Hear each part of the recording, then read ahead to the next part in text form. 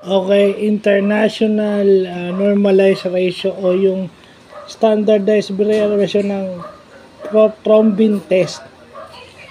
Ito yung nagme-measure gaano katagal mag-clot o gaano katagal bago mag-clot yung ating dugo.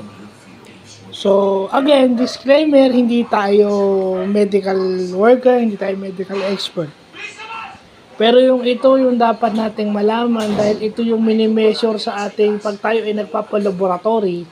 Ito yung ating isa sa mga bagay na tinitignan ng ating mga doktor, ng ating mga nurses, at ng ating mga medical technologies. Ito yung isa sa minomonitor nila. So, international normalized ratio. So, yun. Mag-aano pa tayo ng iba't ibang